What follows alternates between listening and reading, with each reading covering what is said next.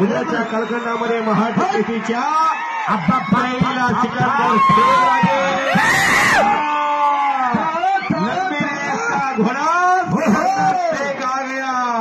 पुढे हे पुढे पुढे यायचं नाही पुढे सुद्धा यायचं नाही अजिबात पुढे यायचं नाही एकाला सुद्धा पुढे यायचं नाही मागा